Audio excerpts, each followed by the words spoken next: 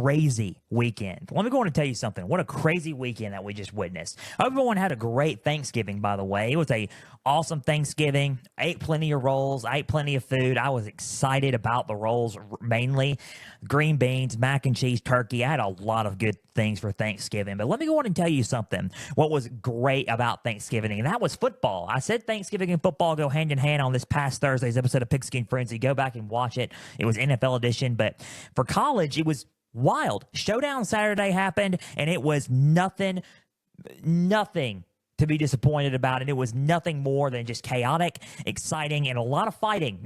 A lot of fighting, which we're going to discuss that here in a little bit. A lot of flag planting. We're going to discuss my thoughts on that as well here in a little bit, but a lot of good games that happened. 4 good games. 4-0 in my picks. A lot of good things happened. The game happened, and that's an honorable mention that we're going to discuss. We're going to discuss the Conference Frenzy because we are gearing up for Conference Frenzy 2 on Pigskin Frenzy, and here we go, December 9th. They're knocking on that door. The door is open. The door is about to be open. The transfer portal is upon us, and the early window or winter window for the transfer portal is now in effect. Here in the War Room, we got a lot to talk about, and we're going to release our latest round of the Frenzy rankings. Quite the shakeup in our Pigskin Frenzy rankings. Guys, welcome to Pigskin Frenzy, by the way. Hope everyone's having a great Tuesday on this chilly Tuesday afternoon. Everyone's having a great Tuesday afternoon. I'm Joel Norris, and whether you're watching on YouTube, listening on Spotify, listening on Podbean, listening on Apple, a big thank you for taking some time out of your Tuesday to just sit back, watch, and listen to some college football coverage presented by me. Now, if you're watching on YouTube, subscribe to the channel, like each episode, leave comments down below. Spotify, Podbean, and Apple, all you got to do is just share around with others and follow on there as well. X and Instagram, just type in Pigskin_Frenzy. Follow like the pages there. You're going to get episode updates. You're going to get news and highlights from across college and NFL football. You're going to get trivia questions on Instagram stories. Go and answer today's college football question, as well as all things up to date for Pigskin Frenzy. There's the website, www.pigskinfrenzy.weebly.com. There you will find all things up to date for Pigskin Frenzy, and you'll learn more about me as your podcast host. Contact me down below, name, email, info. I will answer your question on air or off air if need be. There is also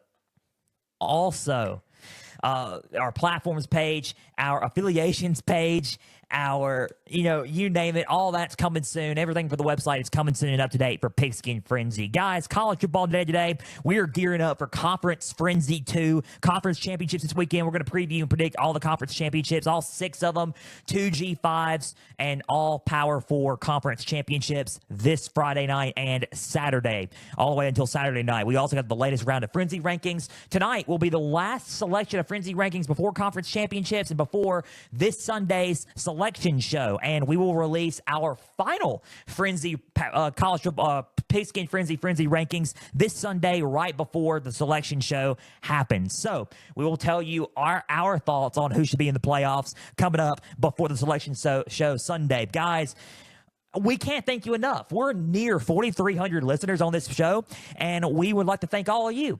And not only that, we need to praise be to glory and honor our Lord and Savior Jesus. He has been so good. I encourage you to reach out to him, pray, and glorify him in everything that you do. He is amazing. We wouldn't be doing this show without him. So we are, all praise be to Jesus for this show. We love Jesus, and we are so thankful that he blessed us with this platform to talk about football in general and cover college football on Tuesday. So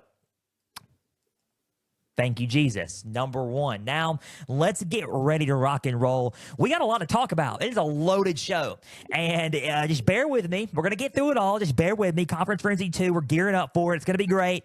We're going to talk about these games and in depth. We're going to have some news going on around the league. The transfer portal's opening up next Monday. This coming up Monday on the 9th.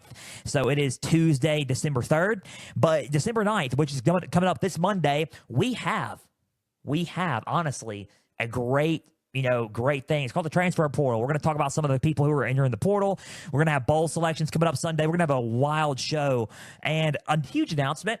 December 24th, Christmas Eve is on a Tuesday. New Year's Eve, December 31st. There will be no college football Pigskin Frenzy episodes on those 2 dates. So December 17th will be our final college football show of the year. And then we will be back, 3 weeks after that. So no college football show on that date, but we will also, and there will be no, NFL episodes, but we're just going to leave that out there. Announcement, I will be out of town. I will be with my family in Mississippi celebrating Christmas and New Year's and just getting, gearing up, for everything. So no new episodes on those 2 dates, just letting you guys know before we kick everything off. So let's get right down to it. Showdown Saturday recap. Let's start off with Georgia and Georgia Tech.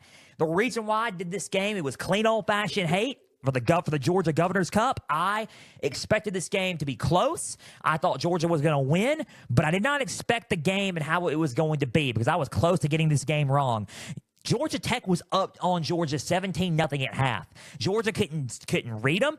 They couldn't get nothing going. They could not get anything going in this ball game. In the first half, Georgia Tech was all over them. Haynes King was running the ball. Jamal Haynes was fighting, running the ball, and he was diving for touchdowns, getting his hard grit and effort. Brent Key's doing a tremendous job with this program. And then all of a sudden, in the second half, Georgia comes back. They're coming back. They're fighting. Georgia's just starting to play like Georgia again. They're doing the thing. They come back. They tie it up late, and then all of a sudden, Georgia Tech's get the ball last, and we're like, okay, Aiden Bird's going to kick a field goal again. It's 4th and 1. Georgia stops them. They stop them. 4th and 1. C.J. Allen bats the ball down, and they go into overtime. And when they go into overtime, we were thinking to ourselves, okay, it's going to be a clean, old-fashioned overtime. I expect Georgia to take it in overtime because it favors them because of the home field advantage and the home environment. They get the ball. Georgia Tech gets the ball first. As far as I remember, they scored. As far as I know, they scored in the overtimes, but rather they scored. Nobody got the possession in overtime. They didn't, incomplete, double overtime, same thing. Nothing happened. Overtime number 3 happened. It was just back and forth. Overtime number 3, 2-point conversion failed. Overtime 4. 2-point conversion failed. We're like, we're in 4 overtimes. This is getting heated. So we're going into the deeper phases of overtime. The 3 phases of overtime in this. They both converted in overtime number 5. Overtime number 6, nobody gets anything. Overtime 7, nobody gets anything. It's back and forth, and it goes into 8 overtimes. And then finally, Georgia Tech gets stopped, and then Georgia runs it in for a 2-point conversion, and Georgia wins the game in 8 overtimes. Final score, Georgia 44, Georgia Tech 42 in 8 overtimes. This game was absolutely insane. It was the game to get everything going for a Showdown Saturday here on tap. Let's talk about this game briefly and quick, and let's go on to the other games. We got a lot to talk about on this show. How about Georgia?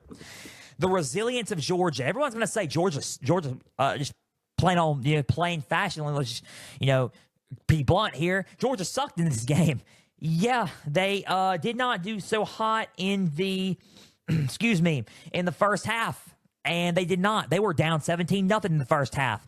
They couldn't get anything going in the first half. They couldn't read. Georgia Tech put up 300-plus yards of total offense on them in the first half, especially on the ground, and it was rough.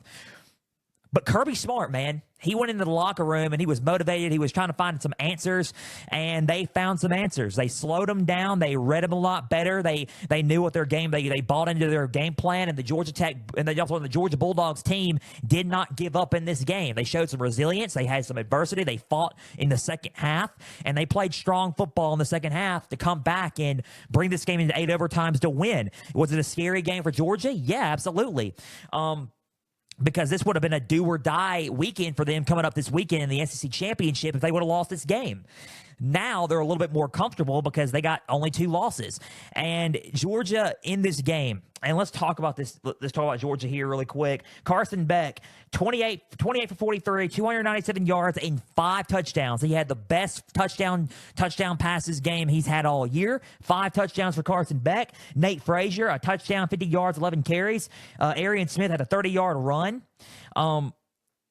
Phillips had 13 yards, 2 carries. Beck had 10 yards, 7 carries. Cash Jones, 43 yards, a touchdown, 1 reception. Dominic Lovett had 47 yards, 5 receptions, 2 touchdowns. Humphreys had 21 yards, 3 receptions, 1 touchdown, and Oscar Delp had 1 touchdown, 15 yards, and 2 receptions. They played really, really good and played a little bit more consistent on offense in the second half. Second half told the story of this game for Georgia. They played physical. They were more physical on defense in the second half. They got fired up. The crowd, the noise was just amped. And those were some positive circle moments. They did not give up in this game. So positive circle moment number 1, they didn't give up in the second half. If you want to talk about some of the team stats in this game, they were very efficient on third down, 6 for 12 on third down. On paper, Georgia lost this game, but if you want to look at what they did right, I mean, look, 108 yards rushing, 297 yards passing. They had 405 total yards. Georgia Tech outgained them in all those stats, but let me go on and tell you something, man. They did not quit fighting. Penalties, 3 penalties for 27 yards, not the best, but they played a little bit more discipline in the second half, like I said. They only had 1 fumble. On paper, it was all Georgia Tech, but if you want to look at it and resilient, it was the first half of play in that. Let me go to you about the first half, and this is the big negative circle moment for Georgia. They were not ready in the first half. They didn't come prepared in the first half, and they can't do that Saturday. And I will tell you why, because they are playing a solid team Saturday in the SEC Championship, where if they start off fast, Georgia may not come back from it. So Georgia needs to play a lot better in the first half. They need to play a complete game Saturday, and they need to, if they do that, they can win the SEC Championship. They cannot play like they did in the first half of this game Saturday. That's huge. They need to play a complete game. They started really slow in this game, and they do not need to do that. Overall, Georgia Tech was just a good team. Georgia didn't play necessarily bad. They played bad in the first half. Don't get me wrong. They were cold, but they played really, really good in the second half. Georgia just played a good team. That's how I look at it. This was a good game by both teams. Georgia didn't necessarily play bad the whole game because they played good in the second half. They just played a good team in Georgia Tech. Georgia Saturday coming up, the SEC Championship game. They got Texas, and we are going to talk about that game here a little bit. In Saturday at 4 Eastern, 3 Central on ABC, SEC on ABC, SEC Championship game in Atlanta, Conference Frenzy. We're going to talk about that here in a little bit. 44-42 was the final score. Let's talk about Georgia Tech, and then we will move on really quick for the other 4 games that we're going to talk about because we got a lot to discuss here. Georgia Tech looked so good. And let me go on to tell you something. Haynes King and Jamal Haynes played really, really good. 303 yards, 2 touchdowns passing, 26 for 36 passing for Haynes King. They said his shoulder and his throwing ability was off, but guess what? They said his shoulder was better and that he was going to throw the ball a lot better in this one, and they were right. He threw a lot better in this game. He also had 110 yards on the ground, 24 carries, and 3 rushing touchdowns on the ground. He had 5 total touchdowns, and he also had 413 yards total in this game. So 5 total touchdowns and 413 total yards in this ball game, doing the quick math on my head. Jamal Haynes, 91 yards, 13 carries. Alexander, 25 yards, 5 carries. His running was just insane. Singleton had 86 yards, 8 receptions, 1 touchdown. Lane had 58 yards, 4 receptions. Jackson Hall's tight end had 46 yards, 4 receptions. Malik Rutherford had 43 yards, 4 receptions, and he also had a 20-yard run. They looked good. Jamal Haynes had a 1-yard touchdown. He had a touchdown reception with 3 yards, 2 receptions on the ground too. Defense played physical. They had 2 sacks in this game. A bunch of total tackles. They were physical the whole game on defense. Brent Key is building something in Georgia Tech that I don't think a lot of people are ready for. I think a lot of people are going to sweep them under the rug in 2025. I said that Georgia Tech all year. I said this before the season started, that Georgia Tech was going to be much improved. They had a 7-6 win season last year. They're going to go 8-5. They could go 8-5 in this season and improve by 1 game, 8-5. So, yeah, 8-5 is a huge improvement, but look at what Miami did. They were 7-6. They went 8-5 the next year, and now they're 10-2 with Mario Cristobal in his 3rd year. So, if you look in his 4th year, I guess. So, if you look at what Miami's doing, they're 10-2. Georgia Tech could be the same thing. Positive circle moment was the ground game. I mean, they looked really good on the ground. Look at them on the ground. 260 rushing yards on the ground. They had 303 passing yards up in the air. They had 563 total yards, 6.7 yards per play, and they still lost because they were playing against Georgia. Insane. Efficient on third down, 7 for 15. Not so efficient on fourth down. That's a negative circle moment for them. The penalties is what caught up to them at the end. 5 penalties, 29 yards, and the fumble was huge for them as well. They had 37 minutes and 11 seconds in time of possession as well. So those are some positives. Those are some negatives for Georgia Tech in this game. They played really, really well, and they just could not get it done in 8 overtimes in the end. This was a wild game. This will probably be on our frenzy game list of the year in the postseason as we wrap up the season. And as we get ready for the off season, this will be on our list of games that was probably top 50 Pigskin Frenzy college football games of the year. It was insane. I would love to see that game again because it relive it because it was awesome to watch. It was crazy.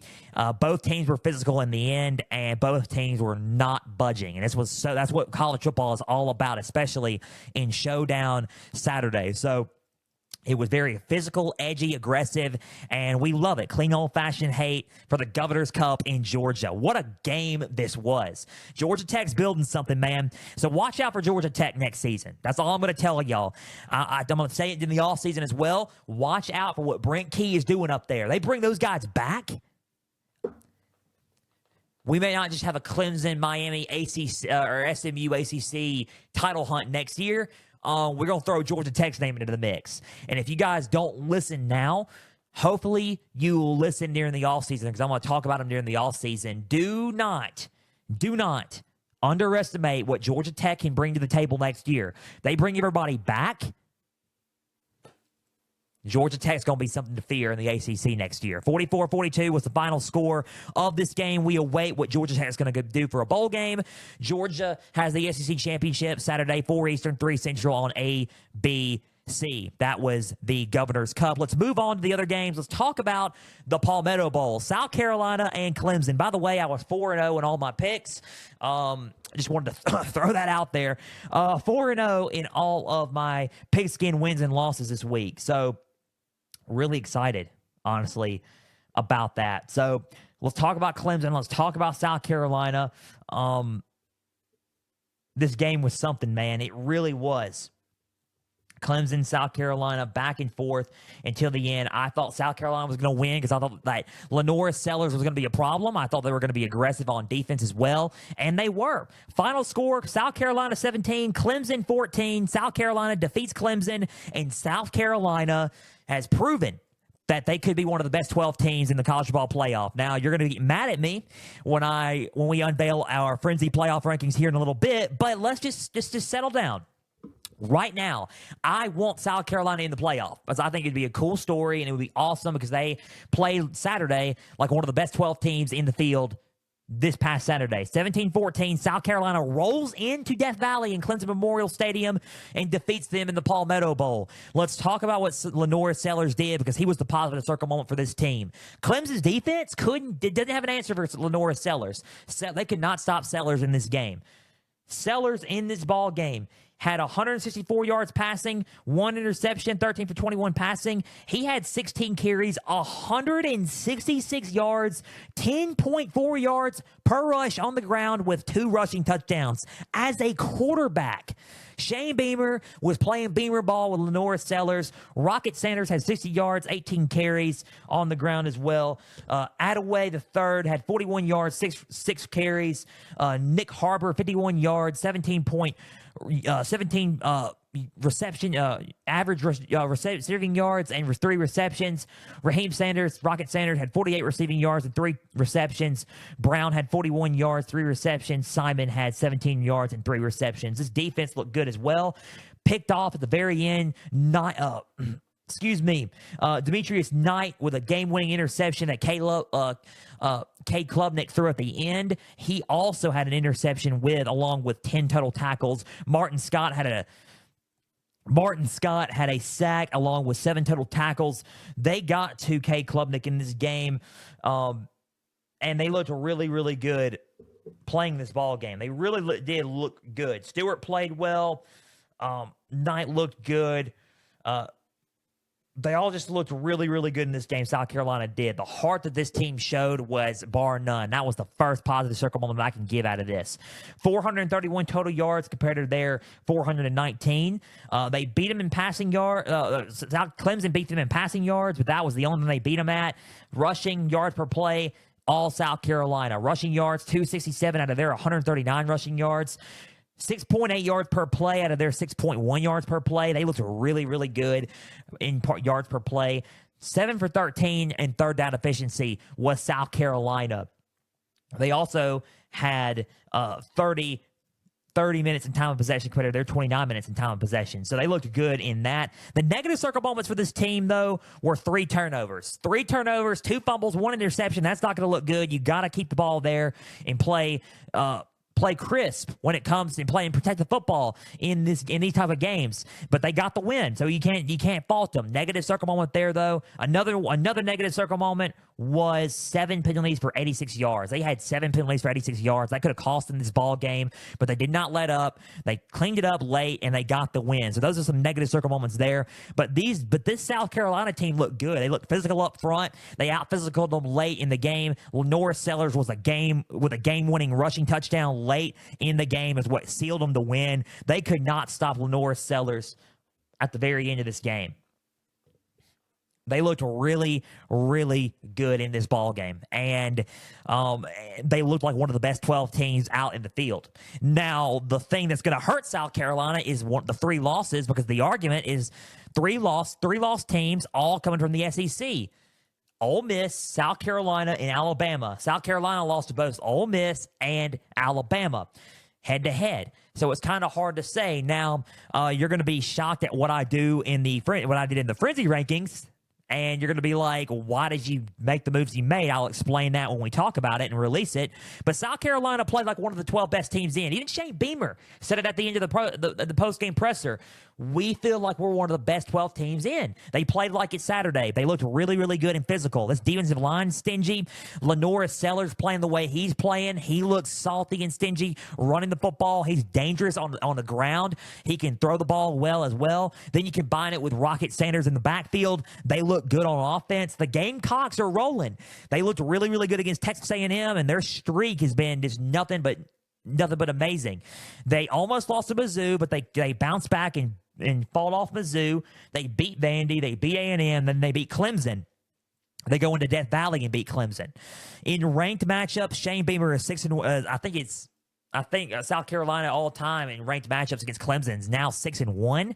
So when they're both ranked, South Carolina's got the clear advantage over Clemson in this, and this year was no different. I felt like South Carolina was going to beat this team outright. I felt like they didn't have an answer for Lenore Sellers, and they clearly didn't. So South Carolina is one of the best 12 teams in my opinion, but you're going to be kind of confused on what I have in the Frenzy ranking. So bear with me on it, and I'll explain it. Final score of this game was 17-14. South Carolina defeats Clemson.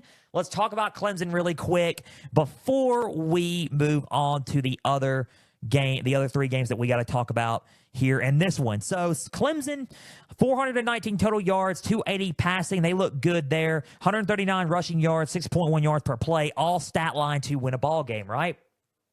They were efficient on 7 for 50 or on third down, 7 for 15. Those are some positive circle moments for Clemson.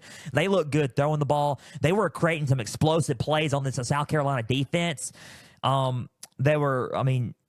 then the penalties, 3 penalties for 15 yards. They played better clean ball in that area. So all positive circle moments there. Here are the negative circle moments, though. The 2 turnovers, 1 interception, 1 fumble, 2 negative circle, 1 big negative circle moment there. And they didn't have an answer for Lenore Sellers on defense. So that's a negative circle moment there. They could not stop the run. So they put up 267 yards on the ground on this Tiger defense, right? Cade Klubnik, 280, an interception, 24 for 36. He also had 2 rushing touchdowns, 62 yards, and 10 carries. Cade Klubnik played well. Phil Maffa had 66 yards, 20 carries. Antonio Williams, 99 yards, 8 receptions. Bryant Westco Jr., 67 yards, 5 receptions. TJ Moore, 65 yards, 6 receptions. And then Brennan Stool had 35 yards, 3 receptions. Defense played really well also. Sacked Lenore Sellers a good bit. I mean, from what I'm counting, three sacks. 3 sacks on the ground. TJ Parker looked really, really good. 1 sack, 8 total tackles. He was the leader of all this. Barnes had 6 total tackles. Or 5 total tackles and then an interception in this as well. So Clemson's defense stepped up in big ways in the pass. I think the rushing got to them late, and they kind of got wore out by Lenora Sellers running the ball all over them. So I think that's what really happened in this game. Clemson played well. They just got outmatched physically later in the game. I think late in the game, in the last 2 drives, with Lenora Sellers running the ball, they couldn't stop the run, and not only that, they got out physicaled in that regard. That's about it. Clemson played really well in this game. They didn't play bad at all. I thought that Clemson was going to play a little bit worse because of how good and efficient South Carolina is up front and when they move the ball. But Clemson did all that they could to slow it down. They just couldn't do it in the end. They couldn't hold on. That's all this was. Clemson's a good team. They're a 3-loss team, 9-3 currently right now. They are still vying for a college football playoff spot, and they're going to get their chance Saturday. I'm surprised that Clemson is in the ACC championship. They clinched the spot. Miami lost Saturday, which I was shocked about that. Syracuse upset Miami. Miami turned into 2023 LSU quickly. And yeah, I mean, solid offense, bad defense, and they ended up not going to the ACC championship.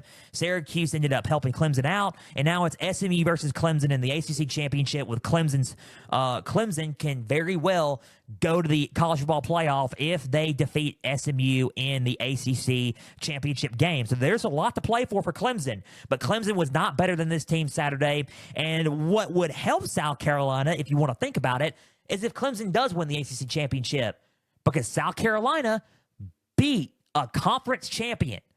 So if Clemson does win the ACC championship, that's an argument for South Carolina to get in because they beat the ACC champion. So think about that for a little bit for South Carolina and Clemson and the argument for those South Carolina football teams, right? So they got SMU next in Charlotte Saturday night on ABC. They have to play this game, and they have to come prepared in this game. SMU's a solid football team. They've only lost 1 game. They're undefeated in ACC conference play. Shocked that SMU went there. I had them at 5 in the ACC race. Excuse me. And I had them at 5, and I thought that they were not going to get in, but they got in. They amazed everybody. Went from being the defending American Conference champion and could be now the defending ACC champion if they win out Saturday. So let's see what Clemson does. They got to come prepared. Huge Saturday. So final score 17-14. South Carolina defeats Clemson. South Carolina, let's see if they can get in the playoff coming up Sunday.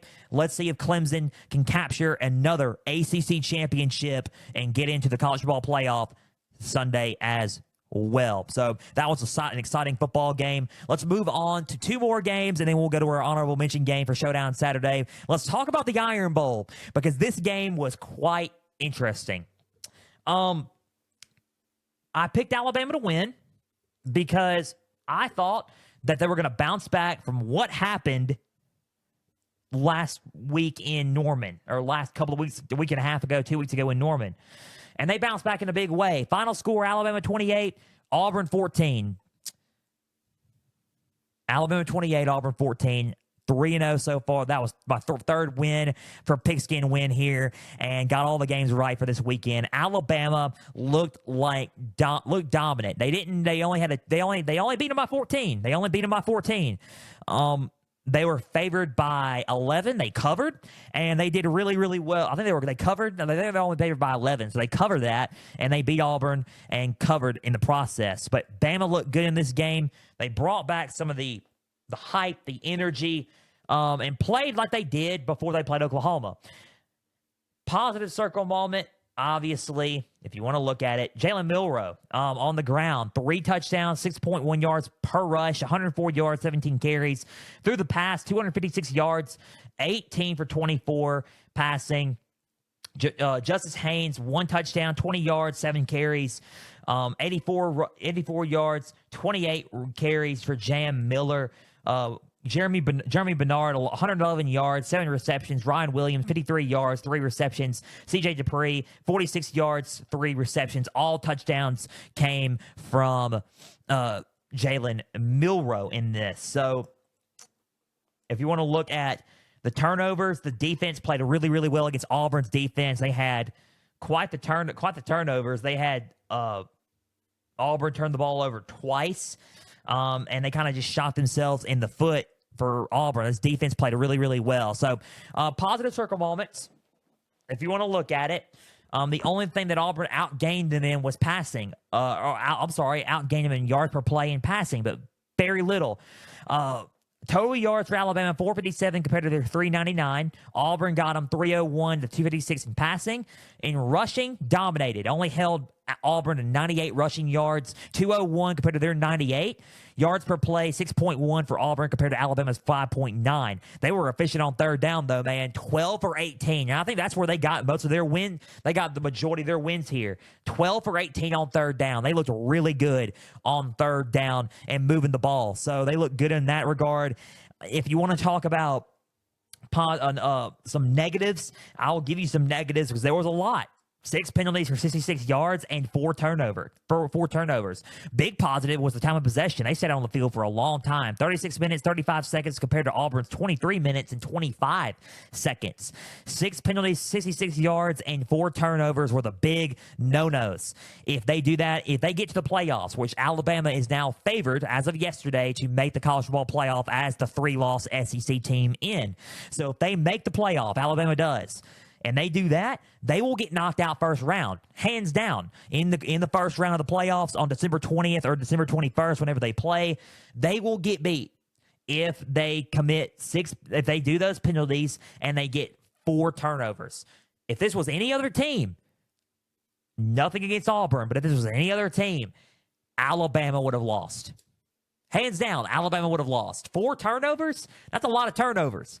And other teams would have capitalized on that. They would have been playing Georgia or Texas or Oregon or anybody. They would have lost because of those 4 turnovers, because those teams can capitalize off those turnovers. They find their way to win. So they got to clean that up big time. But Alabama overall looked good in the game. They outmatched Auburn just on talent level as well. They looked physical on the line of scrimmage. They looked physical on defense.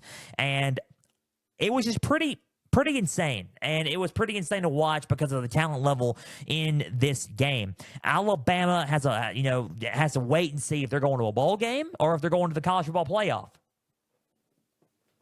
As I drop my pen, always do that. I always drop my pen. Let's see if I can shoot for it. There we go, ladies and gentlemen.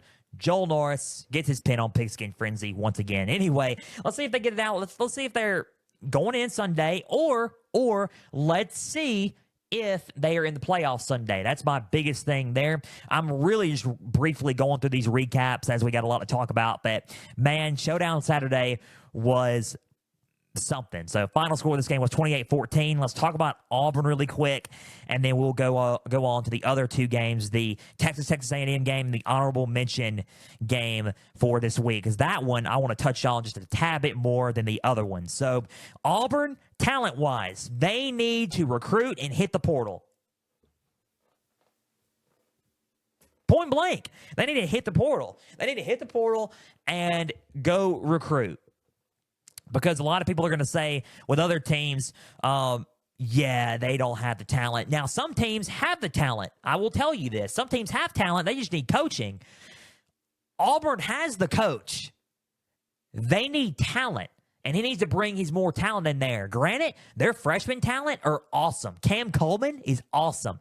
They got some guys on their team, dude. Freshman Cam Coleman, great. If they can keep Deuce Knight, their 5-star quarterback that is committed to Auburn, if they can keep him there and sign him or land somebody from the portal and get some guys in and build some guys around him, Auburn is going to be set and going to be a team to fear. Watch. Because I know with a solid quarterback, a running quarterback, and a perfect thrower like Deuce Knight is, I've seen him play for George County in Lucindale, Mississippi. He is solid. If you can bring him in, Auburn will be fine.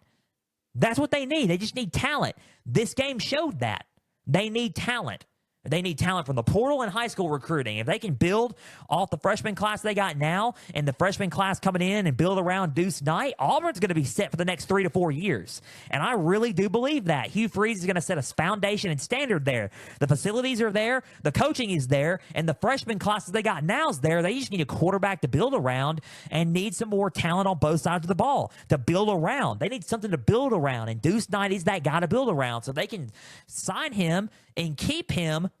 If they can keep him tomorrow, and if he signs tomorrow, which is Wednesday, or at least signing day starts Wednesday, if they can sign him tomorrow, if they can sign him, and he's all at Auburn, let's see. We got to see. He may flip. He has been to Ole Miss twice, so he may flip. But right now, he's currently committed to Auburn, so we'll see. They just need something to build around. Peyton Thorne. Nothing against Peyton Thorne. He's just not their guy. Negative circle moments was 98 rushing yards. They should have ran the ball with Peyton Thorne and running backs a lot more. They tried to throw the ball a lot more. It did not work. They should have ran the ball a lot more and did what Oklahoma did to Alabama the previous week. They should have done what they did at A&M the previous week as well in terms of running the football. And they did not run the ball. 98 rushing yards. It wasn't. Their defense was good. Bama's rushing defense was good in this game. Yeah, but they should have ran the ball a lot better. They were 4 for 12 on third down efficiency, not the best. 6 penalties for 46 yards, not the best. And 2 turnovers, not the best. Those are all negative circle moments, and they are barely on the field. 23 minutes for 25 seconds, not the best either. Let me tell you some positive circle moments, though, man. 301 passing, 1 touchdown, 24 for 41. Jarquez Hunter, 56 yards, 13 carries. Peyton Thorne had 42 yards rushing and 10 carries. Lambert Smith, 116 yards, 8 receptions. Cam Coleman, 78 yards, a touchdown, and 7 receptions. The positive circle moments was how physical they played up until the fourth quarter. I admire the physicality that they brought in up until for 3 quarters. And that freshman class in Lambert Smith and those guys brought for 3 straight quarters. On the fourth quarter, they abandoned all that. Yes, they didn't finish, so they got to work on that. But they fought for 3 straight quarters, and they showed some promise for the future. They did show some promise for the future. While they're not going to make a bowl game, and Hugh Freeze admitted this is probably going to be a disappointing season, so look away. And, well, I'm just going to say it, man. They looked physical up front and on both sides of the ball. They got the defense snagged 4 turnovers in the Iron Bowl. That showed some promise for the future. They just need talent. That's all it is. They need talent to come in. Recruiting, something to build around, and transfer portal. They got the coach. They get all that going, then you're going to see a different Auburn team next season and for years to come. And there's going to be some excitement down in Auburn. Cam Coleman is an exciting receiver. If he doesn't transfer, hopefully he doesn't transfer.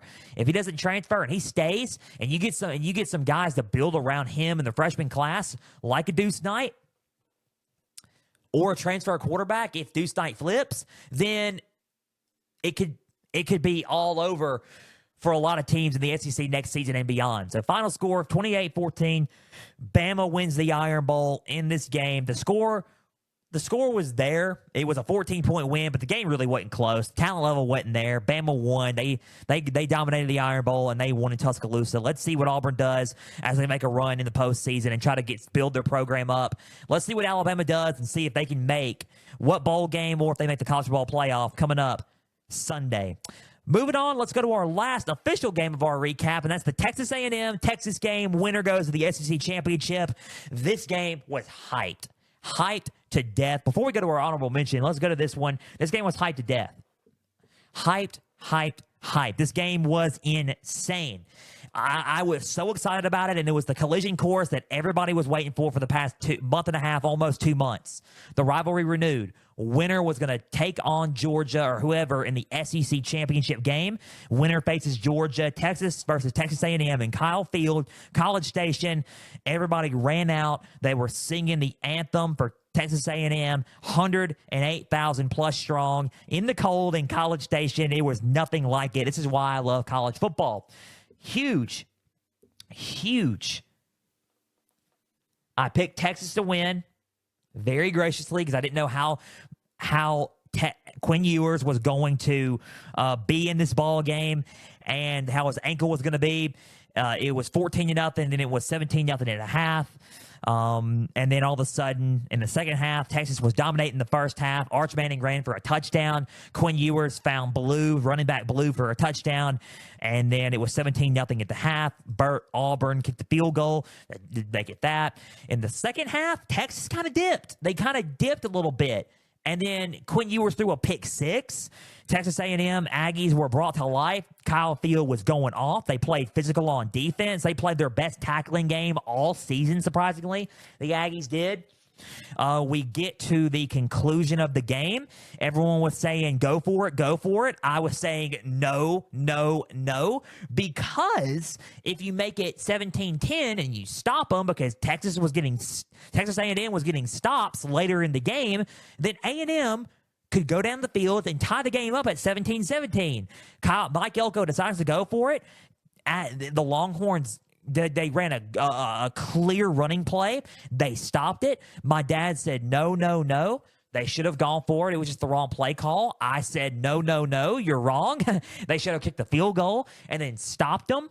Because guess what? Aggies stopped them. They stopped them to make it a 4th and goal, 4th and 2. Texas punted it away. They were going to go down the field to score, and then Marcel Reed throws an interception. Ball game, knee it. Texas 17. Texas A&M was the final. Texas A&M, Texas 17. Texas 17, Texas A&M 7 was the final score. 17-7, Texas defeats Texas A&M. The SEC championship is set. Georgia versus Texas, Saturday, 4 Eastern, 3 Central on ABC. Okay. Let's discuss this game. Texas in the first half looked good. Quinn Ewers, we thought the ankle was going to be a problem, but he played through and showed some toughness. I think the first half performance of Texas, they showed toughness. That was a positive circle moment. They started off hot, and I felt like Texas looked good, and especially Quinn Ewers on his ankle. I like the quarterback system that they used with Arch Manning as a runner in this game, and then Quinn Ewers as the thrower. They did that.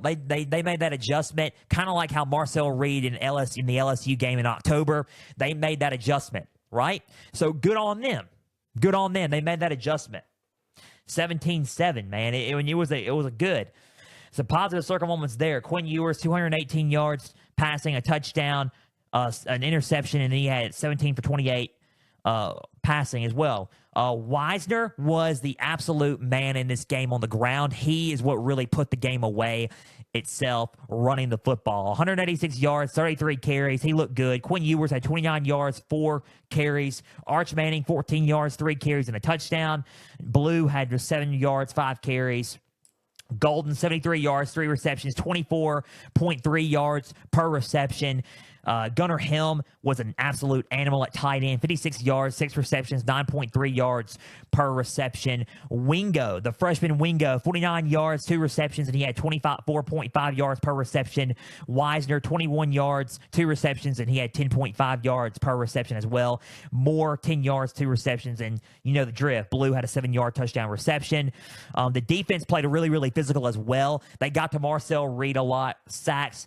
They had, at least, if I'm counting correctly, 3 sacks in this game. They had an interception, 3 sacks, and they turned the ball over as well. And as well, they had fumbles. So they had a lot, man. They looked good. They had 2 turnovers. They snagged 2 turnovers and had 3 sacks in this ball game. So physically, Texas dominated Texas A&M physically in this ball game. So total yards in all phases of the game, 458 total yards compared to Texas A&M's 248. Passing, 218 to compare to their 146. 240 rushing yards compared to their 102. And yards per play, 5.9 yards per play compared to their 4.4 yards per play. 7 for 15 in third down efficiency, 100% in fourth down efficiency. Penalties and turnovers were the negative circle moments for this Texas team. 5 penalties for 25 yards and 2 turnovers for Texas in the second half in this game. 34 minutes, 44 time of possession compared to their 25 minutes and 16 seconds. So Texas dominated on paper in this game, and on the ground they dominated and kind of put this game away with Wisner on the ground. They looked physical in the first half, but they kind of let it go in the second half. They kind of brought Texas A&M, kept Texas A&M around in the game. I felt like in this game, and I'm not trying to throw shade in this game, I felt like Texas A&M could have gotten put away early. I felt like Texas could have blown this game out of the water. I really do. I feel like Texas could have ran away with this game. The score of this game could have been 31-7 or 35-7 or 38-7. It was on paper. Like, Texas just looked better on paper in this game. A lot of people were saying, and the Aggie faithful were saying, they've never played a night game in the SEC yet. Well, they did, and they won. And they played in 108,000 plus. I think that the hope was that A&M was thinking that Texas was going to be like LSU, and they were going to give it up. But Texas is not built like that. Sark's not built like that. Steve Sarkisian's different. The rivalry was renewed, and Texas got the advantage. And after all the chaos in the SEC, we all got the result that we were expecting. Georgia and Texas in the SEC championship game. We all expected it. Now, the thing that concerns me about the Longhorns is that second half dip. They looked a little bit. They took their foot off the pedal a little bit in the second half. And I think if they do that against Georgia, they're going to get beat in the Georgia rematch. They got beat by Georgia the first time on October the 19th. And if they do that now, they're going to get beat Saturday afternoon in Atlanta, in a hometown in Atlanta, in an environment that favors Georgia, and because it's in Georgia. So Texas is going to have to not put their foot off the gas. They're going to have to play 4 quarters of football and not play like they did in the second half. They had turnovers. They slowed down. They got stopped. Their punt was blocked. They weren't focusing on special teams. Wisner was the saving grace because he was running the ball really, really well and converting on first and second downs when he needed. And I think that was the real big problem there. So, I mean, Texas has got to play better in all 4 quarters of the ball Saturday in this game. So, let's just get ready. Let's get ready for it. I'm really interested to see what happens Saturday. SEC Championship, 4 Eastern, 3 Central. Georgia and Texas will most likely win or lose. Both of those teams will make the playoffs most likely. So Texas has got nothing to worry about, I don't think. But they want to win the SEC Championship, their first time in the SEC, right? So final score, 17-7. Texas defeats Texas A&M in this crucial rivalry game. Let's talk about Texas A&M really quick before we move on to their honorable mention and before we move on to the news around the league, Frenzy rankings, and our Conference Frenzy preview and prediction. So let's talk about this really quick. Texas A&M, 248 total yards, 146 passing, 102 rushing, 4.4 yards per play. Play calling wasn't the best in this game for Texas A&M, but they had some grit and heart and found a way to win. I think the defense is what really kept them in it. They tackled a lot better, and they were really focused on that side of the ball a lot more. Marcel Reed did some things that were pretty solid. I mean, 146 yards, 1 pick, 16 for 23, 60 yards rushing, 14 carries. Amari Daniels had 21 yards, 13 carries. Ruben Owens came back. Welcome back, Ruben Owens. 10 yards, 3 carries. Receiving, Bussey had 40 yards, 2 receptions. And then the big explosive plays were really good. Defensively, they had that pick 6, and that was all they really had on the scoreboard. But they played really, really good defensively. Got to Quinn Ewers. Sacked him, as far as I know, once. Had the pick. And they snagged 2 turnovers. So 2 turnovers, defense tackled better. Those are some positive circle moments. However, the negatives come in where they had 2 turnovers on their own. They were 0% on 4th down efficiency. They could not convert on 4th down. 4 and 11 on 3rd down. 6 penalties, 60 yards, 2 turnovers, and 25 minutes and 16 seconds in time of possession. So they really did. They looked really stagnant on offense. They couldn't convert many things. They couldn't create. And they created some explosive plays, but not a whole lot. The defense is what really kept them in it. And Elko really preached and practiced tackling in this game, and they tackled a lot better in this game. But Texas on paper and on the field was just better than A&M in this ball game. A&M will get ready. I think A&M's defense got tired at the very end, and it was because of depth. They have good players and solid talent on this team. Don't get me wrong. 8-4 could win 9 games and go 9-4 in Elko's first season. Not bad for your first year in the SEC. as a head coach and as going back to Texas A&M. Here's the problem. You need more depth. You got to go out and recruit. You got to add some more depth on both sides of the ball, and you got to build around Marcel Reed and develop Marcel Reed as your top quarterback for the future for the next 2 to 3 seasons. That is it, and that is the whole answer you can give about Texas A&M. They're gonna cause some more issues. They're not going away. A&M's here to stay. I think Elko's the right man for the job. He proved that this year. I think that he needs to get his team prepared more. I think he needs to go out and recruit, add some more depth, and develop Marcel Reed more. That's it. That's the main things they need to work on. They're going to figure out what bowl game they go to. I fully expect them to win their bowl game. I think they're better than most out there. And a lot of people may agree with me on that. And I hope they do agree with me on that A&M is better than most out there. So, point blank, I think that A&M has a shot to rule in the future. It's just this season, it's between Georgia and Texas. And I think right now, if you just lay all the cards at the table, we kind of had a feeling this is where this was going to. After all the chaos in the SEC, it was going to come down to Georgia and Texas at the very end. It's almost like it's inevitable, right?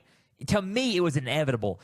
The roads were leading. The roads were a little turned and curvy and twisty. And a month and a half ago, we were talking about LSU and Texas A&M being in Atlanta and being the sole team undefeated in conference play. And neither one of them are in the ACC championship. It all went down to Georgia and Texas once again. My conference standing projections came true. So Texas A&M just got to develop and build. Got to add some more depth. That's all it is. They will get there, and their time will come. It just wasn't gonna be this year. Final score 17-7. Texas defeats Texas A&M in a rivalry renewed. Texas and Georgia once again 4 Eastern, 3 Central on ABC Saturday afternoon for the SEC championship in Atlanta, Georgia. Here we go. Texas A&M is going to wait and see what bowl game they play as they are out of the playoff and title hopes for this season. That was the official Showdown Saturday recap. Let's go to our honorable mention game really quick, and we're going to talk about this in depth because a lot of people wanted to talk about this before we end our whole thing of recap of Showdown Saturday and get to the news around the league before our Frenzy rankings, because I want to touch on Showdown Saturday and the ending of this. We didn't cover this game. We did it last year because it was big, and I expected it to be not big this year, but it was pretty huge. The game, Ohio State, Michigan, and the honorable mention game is that because it was crazy. I tweeted out, and I said on X, before the game started, you know what? And I had a feeling in my head something's going to go down, but I don't know what made me think about Michigan and Ohio State, but it did. I was saying it all week. What if Michigan? What if Michigan? What if Michigan? And I guess I just jinxed it. So Ohio State fans, blame me. But what if Michigan? I said on X before the game started Saturday morning. What if Michigan blows up the college football world today? What if they blow it up, cause some chaos, and go out here and go in the shoe and beat them outright? Well, they did just that. Final score 13-10. Michigan upsets and defeats Ohio State. Ohio State was a 20-point favorite. Michigan was a 20-point underdog going into the horseshoe in this game, and Michigan finds a way to defeat Ohio State. And Ohio State is a 2-loss team. They are not going to the Big Ten championship. Penn State wins, and Penn State clinched it, and Penn State will face Oregon in the Big Ten championship Saturday after Ohio State loses to Michigan in the game. Wow. Wow, wow, wow. I said this before the season started. If Ohio State does not beat Michigan before this whole thing started,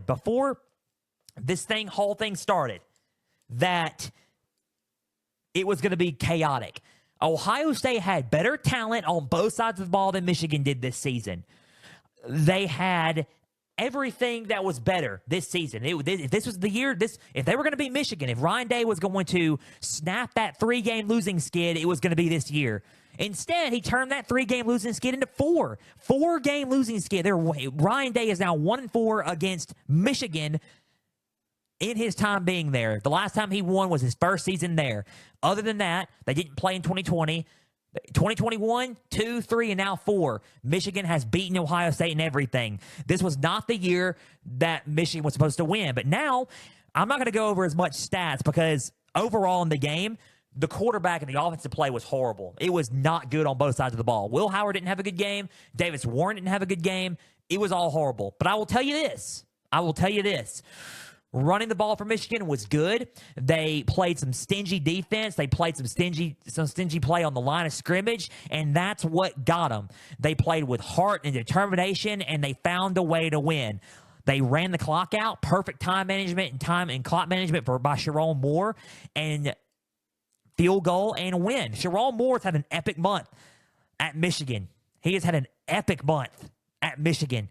He ended up flipping Bryce Underwood. He's flipping talent. He's recruiting at a high level to build around Bryce Underwood for next year and bringing 5-star talent in. He's going to hit the portal up. He's going to bring some talent in for the portal. He is building Michigan to be a team that is going to contend potentially for a Big Ten title or a national title in 2025. He is actually doing the things that he said he was going to do. He said it may not be. He said it was going to be a break season this year. It was going to be a break, and I expected it to be a 6-5, 7-5 Michigan team this year after winning a national title.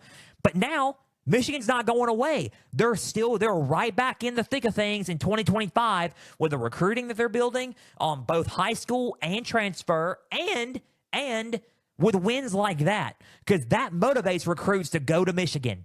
Beating Ohio State again. Sharon Moore, as an interim and permanent head coach, is now 2-0 against Ryan Day and Ohio State. He's undefeated. And this game means a lot to him. They came out with heart, and this was the year that Ohio State shouldn't have lost, because now Michigan's going to, you think it's going to be competitive now? The way Michigan's recruiting and Sharon Moore's building this team up, Michigan ain't going anywhere. It's going to be competitive now every year as long as Sharon Moore is recruiting at a high level and at an elite level that he's recruiting at right now. So that's number one. Michigan is looking good. They're going to have it. Wait until you think Davis Warren was they got beat by Davis Warren. Wait until Bryce Underwood gets in there and he signs with Michigan tomorrow. And if that's the case, all chaos and hell, and literally, I'm not going to, hell's going to break loose, because if that's the case, then it's all going to just break loose. Michigan is doing solid. Let's see what Michigan does. Let's see what bowl game they make it to. I cannot wait to see how they're going to recruit well during the offseason and how the portal in the early window is going to shape up for them as well as they build around Bryce Underwood for next year. Ryan Day. And here's a conversation about Ohio State before we move on to the news around everything and talk about everything and the game itself. So I'm going to talk about the ending itself. Let's talk about the ending itself, then we'll lead into Ryan Day. The ending itself was chaotic. During an interview with Graham, their defensive tackle, the whole interview stopped, and it was Michigan trying to plant their team flag in the middle of the O in the horseshoe, and then the whole fight just broke out. Sharon Moore had to break out a fight. He was getting his players back and everything in the pile of things and everything. And Ohio State was fighting, and everybody was it was all chaotic. And by the way, this happened a lot during college football. In the Iron Bowl it happened, in the Egg Bowl it happened, in Georgia and Georgia Tech it happened, in Florida State it happened, in Arizona and Arizona State it happened. Guys, do better on flag planting. Don't plant a flag. Don't be disrespectful. It's a rivalry game, I know. You're making it entertaining, but there's no sense of fighting in sportsmanship. Have better sportsmanship. Do better. All the teams that I just mentioned, do better and play the game better, and think about what you're doing. So that's my thoughts on the flag planting. That's my thought on the fighting and everything. So do better. Just do better. When Showdown Saturday rolls around, do better, all right? So that's my thoughts on everything and my quick thoughts on the flag planting and everything in college football that happened this past weekend. So moving on from the flag planting, Sharon Moore was in the thick of things, breaking things up. Everything got broken up. But Ryan Day was nowhere to be found. That was critical, and that showed me a little bit about Ryan Day right now and where his mindset was. He was shocked that he lost. Everybody's on Ryan Day. I'm going to play devil's advocate for both. Everyone is on Ryan Day because he's lost. He's 1-4 against Michigan. He's beaten everybody else. He's got a winning record against everybody else in the Big Ten. Okay, yeah. He's got a 60-something record in the Big Ten. He's huge. He's a big coach in the Big Ten. He's dominated the Big Ten except for Michigan. Okay, yeah. And Oregon this year. So big game. Excuse me. In big games, Ryan Day hadn't pulled through. Okay. Yes, that's true. James Franklin and Ryan Day hadn't pulled through in big games. I'll admit that.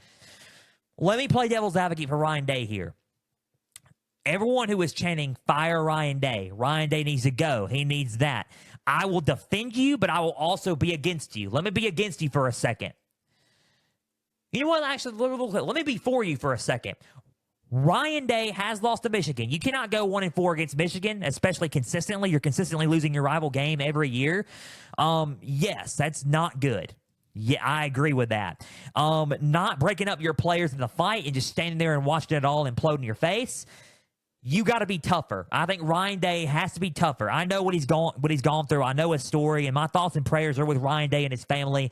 He's a solid dude, stand-up guy, but he's got to be better at being tougher on his team.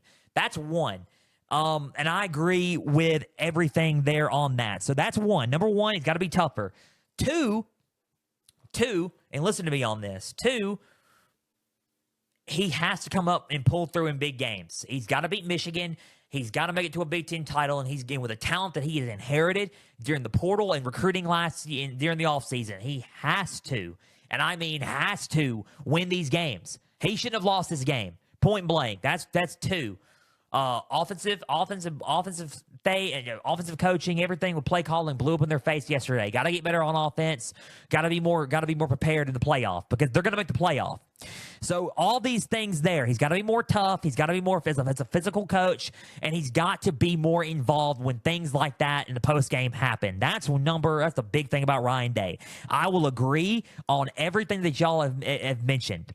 Everyone is saying this though. I'll play devil's advocate for Ryan Day and against y'all. Everyone has said Ryan Day did not need. He's not a good coach. He's not this. He's that. He hadn't been to a national championship, all this stuff. Well, number one, you're all wrong. He has been to a national championship. Look up 2020 Ohio State with Justin Fields in COVID year. They weren't going to win that national championship anyway. But if you line up any team against Alabama in 2020, against Nick Saban in 2020 with that offense, nobody was going to be Alabama because Alabama was dominating everybody that year. That's one. They just pulled an LSU that year. For 2019 LSU, they just pulled that rabbit out of the hat and wanted to be like that for 2020 in the COVID year. So that's number one. Number two, he's been to Big Ten championships. He's not won many and he's not been to many, but he's been to two. So he's won two of them.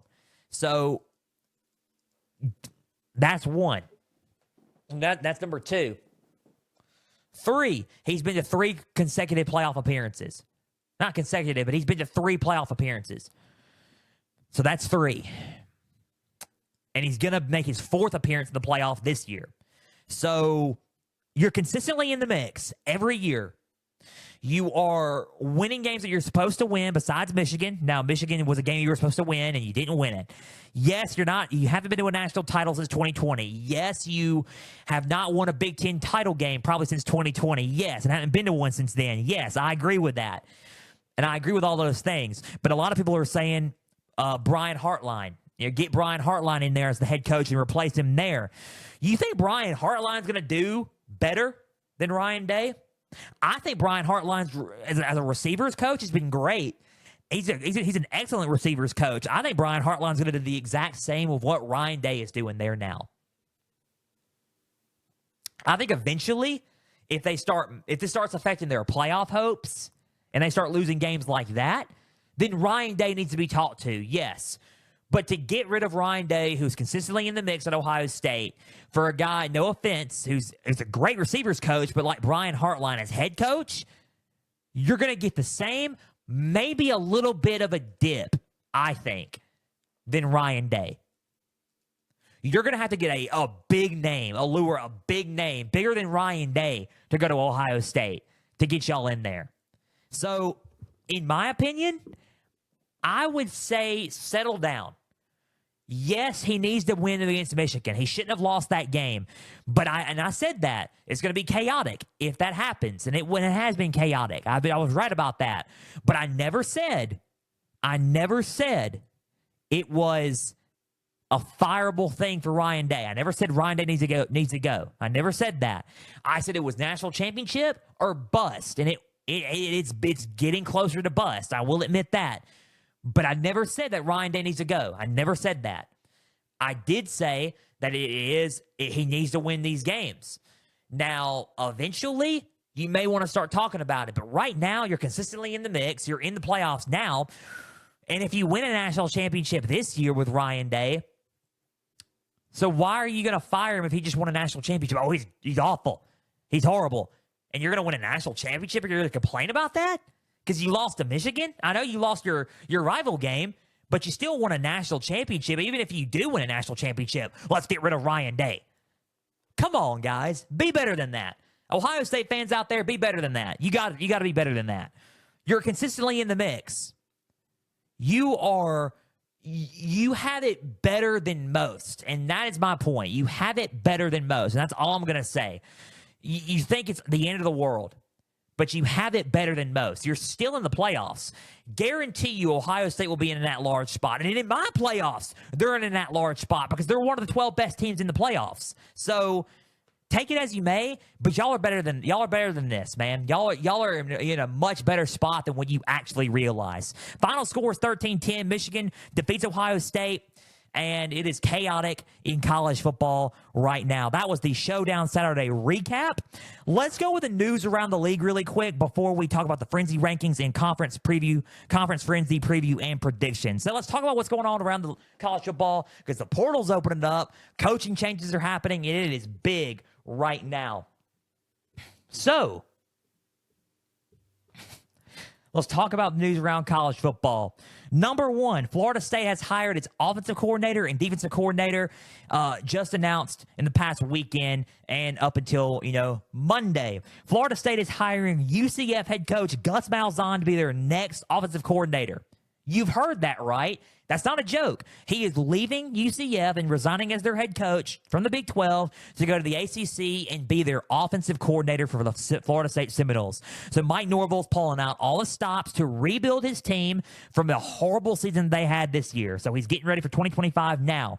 Gus Malzahn will be the offensive coordinator. I'm curious to see how that's going to go. And Florida State is hiring Nebraska coach, Nebraska defensive coordinator Tony White as its next defensive coordinator. So tough, physical defensive coordinator in Tony White and a masterful play caller in Gus Malzahn as its next two coordinators. Let's see how Florida State rises from the ashes there. Now they got to go out and recruit. They got to hit the portal. They got to go out and recruit because they've lost a lot of commits due to this season. They got to turn everything around with those new coaching hires there. So let's see how Florida State does it. I'm curious. I'm excited. I'm kind of anxious to see what Florida State's going to do. They're going to have to pull out all the stops during the offseason there. Oklahoma, and this is a pretty solid hire here. Oklahoma is hiring Washington State offensive coordinator Ben Arbuckle as their next offensive coordinator. So they found their guy for 2025 in the SEC. Washington State was ninth in scoring offense this season. And this was a pretty good hire. Solid hire there. He's a good play caller, masterful play caller. They were really explosive in scoring this year. Let's see if he can bring Oklahoma back to that. Brent Venables is going all the stops because he needs to for 2025. I think he's on the hot seat for 2025. Personally, I like Brent Venables, but he is on the hot seat for 2025. And this is the hire that may make or break the job, his job security in 2025. So Ben Arbuckle is hired as their next offensive coordinator for 2025. Let's move on. Some coaching. North Carolina, as we knew last week, has fired head coach Matt Brown. Legendary Matt Brown. He is now out as North Carolina head coach. North Carolina is a solid job, surprisingly, and y'all are going to be surprised when I say that, but it is a solid job. I'm curious to see who is going to land that job and who they're contacting. Arthur Smith from the Pittsburgh Steelers, UNC grad, is officially out, and he is not going to be a candidate for that job. I'm curious to see who they're going to hire and pull for that job, but Matt Brown is is out, and he is no longer the head coach of that team. He is a solid coach. Matt Brown, congratulations on everything you've accomplished and done. He is a solid football coach, and we like Matt Brown here at Pigskin Frenzy, and we support him, and we are for Matt Brown. So congratulations to him on everything that he has done at North Carolina and Texas. So Purdue is firing head coach Ryan Walters after 2 seasons of being the Boilermakers head coach. It was rough from the start. They weren't recruiting well. They didn't get any good coordinators. Nothing was going good for them. The buyout was easy, so they're making the change. Ryan Walters is no longer the Purdue head coach. Curious to see who Purdue gets as their next football coach up in West Lafayette, Indiana. So tough break for Ryan Walters. Thoughts and prayers are with him, and hopefully he lands on his feet as a coordinator or a next head coach soon somewhere. So Purdue is looking for a new coach. Arkansas head coach Sam Pittman is returning in 2025. So he is back as Arkansas's head coach. Everyone thought that Sam Pittman was going to retire due to his age and due to having hip surgery on today, actually. He had hip surgery today. So thoughts and prayers, and hopefully he makes a speedy recovery there. Everyone thought he was going to retire, but instead he loves coaching. He is back, and he is ready to rock and roll for the 2025 season. So Sam Pittman will be back for Arkansas coming up for Arkansas. So Sam Pittman will be back for next season in the SEC and in college football. That was the coaching rumors and coaching changes there. Let's get into some news out for the NFL, who's declaring for the NFL draft and the transfer portal opening up, because these are some big names entering the transfer portal. Luther Burden has declared, for Mizzou wide receiver, Luther Burden has declared for the 2025 NFL draft. He will not participate in their bowl game, and he will go straight to the NFL draft. So congratulations to Luther Burden. Wish him all the best. He's going to be a top receiver pick, probably the number 1 receiver picked in the NFL draft. First round pick out of Mizzou. He is a solid playmaker, explosive playmaker, and any NFL team is going to be lucky to have Luther Burden on their team. So he is declaring, and good move and smart move by Luther Burden to declare for the NFL draft for this season. Let's talk about the transfer portal really quick, and some big names have entered the transfer portal yesterday. USC quarterback Miller Moss, who was benched for Jordan Mailata at USC, he has entered the transfer portal, so he will be in the transfer portal. Made the announcement on social media there. Big time transfer there for any team. And if there are some teams that need a quarterback out there, you can look and see how they can do it. There are some teams in the SEC that need a quarterback. Mississippi State, Auburn, and you can look at those 2 schools to see if they want to go that route and see if they want the services of Miller Moss. So he is entering the transfer portal. There's a lot of guys that need him out there. Maybe Michigan to learn. So if Bryce Underwood could have a year to learn under him, instead of just throwing Bryce Underwood into the fire next season, get a veteran in there like Miller Moss to take snaps, and he learns behind Miller Moss in college. So Miller Moss is in the transfer portal. Let's see how that goes there. Texas Tech wide receiver Micah Hudson has also entered the transfer portal. So tough break for Texas Tech there, but a solid playmaker in Micah Hudson is going to be into the transfer portal. He's going to be a hot commodity there. Let's see who lands them. There's some teams that need some wide receivers and need some talent coming in. Ole Miss could be in play also, because Micah Hudson and Ole Miss could be something special. Trey Harris is going to be gone after this. I would assume Juice Wells may be leaving. Jordan Watkins. There's a lot of seniors on that team that could be leaving, and Micah Hudson could be a good replacement for those receivers. So watch out for Micah Hudson and wherever he goes. But I don't know why I thought about Ole Miss for that one, but Ole Miss could be a good one there as well. LSU quarterback Ricky Collins, backup for Nussmeier and AJ Swan, has entered the transfer portal there. So LSU is losing a piece of their quarterback room. He is going to look for a new home. Key there. Let's see where Ricky Collins lands. Big one here. NC State wide receiver Kevin Concepcion has entered the transfer portal. Big news there. Let's see who lands him. Like I said, Ole Miss, Texas A&M could be in the SEC there or in the Big Ten. He is a solid first-round receiver that is in the portal. Someone needs to go and grab him. He is a solid player and tough break for NC State, but he can make a big impact for your team immediately. So he is in the transfer portal there. Julian Humphrey, Georgia cornerback. Julian Humphrey has entered the transfer portal. Let's see who gets him, because that is a tight race there, and let's see what happens in that. So he has entered the transfer portal as well. Big news here, and this is the big quarterback news here. Finally, last but not least, before we get to our frenzy rankings, Liberty quarterback and former Conference USA Player of the Year, Caden Salter, has entered the transfer portal. Big news there. He is in the portal as a graduate transfer, has one more year of eligibility left, going to spend it as a grad transfer somewhere else. There's a lot of people in play here. Auburn could be in play.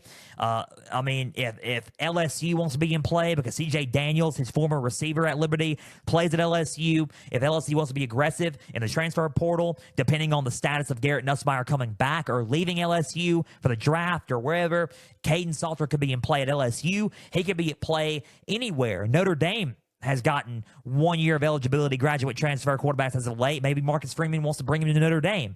Who knows? But Caden Salter is probably going to be the hot commodity in this portal, and he is a solid playmaker and game changer at quarterback. So there's going to be a lot of guys vying for his service. So that's the big news out of the transfer portal now. Caden Salter has entered the portal. Let's see where he lands, because there's a lot of people that can go after him and for his services there. That's the latest news on the transfer portal. We'll see who's going to be in and who's going to transfer to where soon, but that's the latest news out of the portal, opening up officially on Monday, December 9th.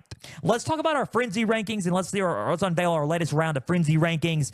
We will release them on X and Instagram on Pigskin_Frenzy on X and Instagram tomorrow, which is Wednesday, and we'll talk about them now, and then we will release our final set possibly an hour before the selection show on Sunday. So 2 huge announcements there.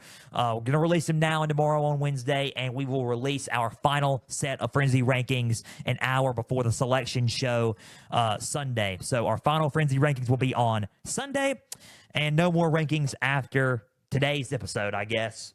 We'll see it all Sunday, and we can talk about it, I guess. So let's talk about our Frenzy rankings before we go to our notes and preview and predictions for Conference Frenzy here. So the Frenzy College Football Playoff rankings entering Week 15 in Conference Frenzy look like this. Number 25, Memphis. Memphis upset Tulane. They are number 25. They are 10-2. They're a solid football team. Give them all the credit in the world. They should go to a solid bowl game. Number 25, Memphis. Number 24, Syracuse. Back in it after beating and upsetting Miami. Huge upset for Miami there. That probably knocked them out of the playoff as well. So big upset there. Syracuse is now number 24 after being 8-3 on the year. Number 23 is Army after getting a close win against UTSA. They're 11-1 as I assume 11-1. Excuse me, yeah, 10-1 against 10-1 against teams this year. And after the bounce back after that Notre Dame loss, they played Tulane Friday night at home in Michie Stadium. Number 22, Missouri. Missouri is 22. They get a good win against Arkansas at home in a snowy game in Columbia, Missouri.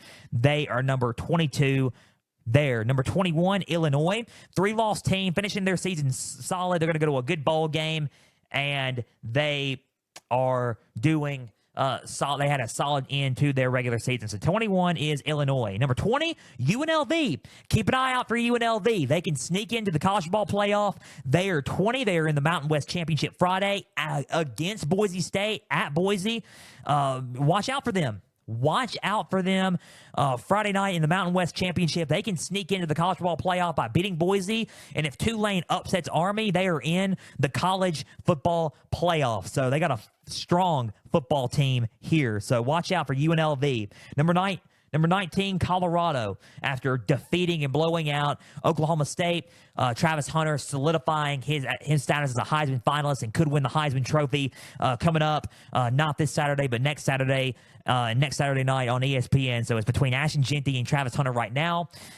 I don't know who's going to win it, but it's pretty dang close. But Colorado is number 19. Number 18, Miami, after losing to Syracuse. Big drop off from Syracuse. They are no longer in the ACC championship, and they are no longer in the playoff, in my estimate, right there. So number 18, Miami. Number 17 is BYU. They're eliminated from Big 12 title contention and college football playoff contention as well. So 17 is BYU after defeating Houston to end their regular season. Number 16, Iowa State, back in the Big 12 championship against Arizona State. They have a shot at going into the college football playoff. Win, they're in the playoff. Lose, they're out. Number 16, 10-2, Iowa State. Number 15, Clemson. Clemson is 15 after losing a close game against South Carolina. They are the third team out, and if they beat SMU, they are in the college football playoff. So Clemson is 15. They're in a shot where they have to win or they're out. So Clemson is 15 heading into the ACC championship Saturday night. So here is where the conversation will be had. Second team out and first team out. Number 14, Ole Miss, and number 13, South Carolina. You're thinking, South Carolina's 13? You said they belong as a 12th team in the playoff. Yeah, they do. And they are good enough to. I thought South Carolina played better than Ole Miss this weekend, even though Ole Miss has a head-to-head win over South Carolina. I would rank Ole Miss ahead of South Carolina due to that. And you're going to think my next move's confusing, but just hear me out. I cannot get over Ole Miss's loss against Kentucky. I think Ole Miss's loss against Kentucky in this scenario is really what hurts them. And it really is a what could have been loss. Really, it's a what could have been loss for them. South Carolina dominated Kentucky. I think South Carolina's ahead in that regard. I think South Carolina's a totally different team than when they played Ole Miss last time. I think South Carolina's performance catapults them ahead by one spot against Ole Miss. Those are my arguments there. Number 12 is Boise State, remaining at 12, and they are in the top 12 of the college football playoff. Number 11, Alabama. You're thinking Alabama. Here's the argument with Alabama. They did beat South Carolina only by 2, and Ole Miss blew out South Carolina. I think the head-to-head win in this regard is what got me over South Carolina. And plus, I think Alabama is better than Ole Miss. I really do. I think Alabama is better than Ole Miss in a lot of ways.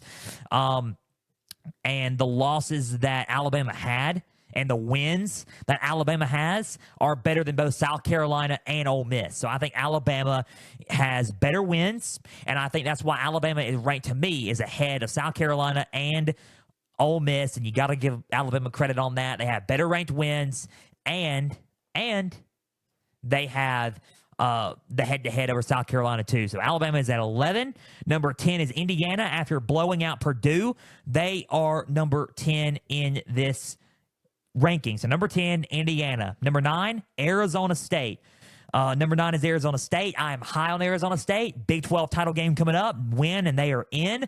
Number 9, Arizona State has a 2-loss team. Number 8, Ohio State, after losing a tough one to Michigan. Number 8 is Ohio State. I still have them in that at-large spot. Number 7, Tennessee. I have Tennessee in after beating Vanderbilt in a comeback win against Vanderbilt in Nashville. Number 6, SMU. I have SMU number 6. I think they're a solid football team. I think they have a shot at winning the ACC and clinching one of those byes. Number 6 is SMU. Number 5, Georgia. I think Georgia is number 5.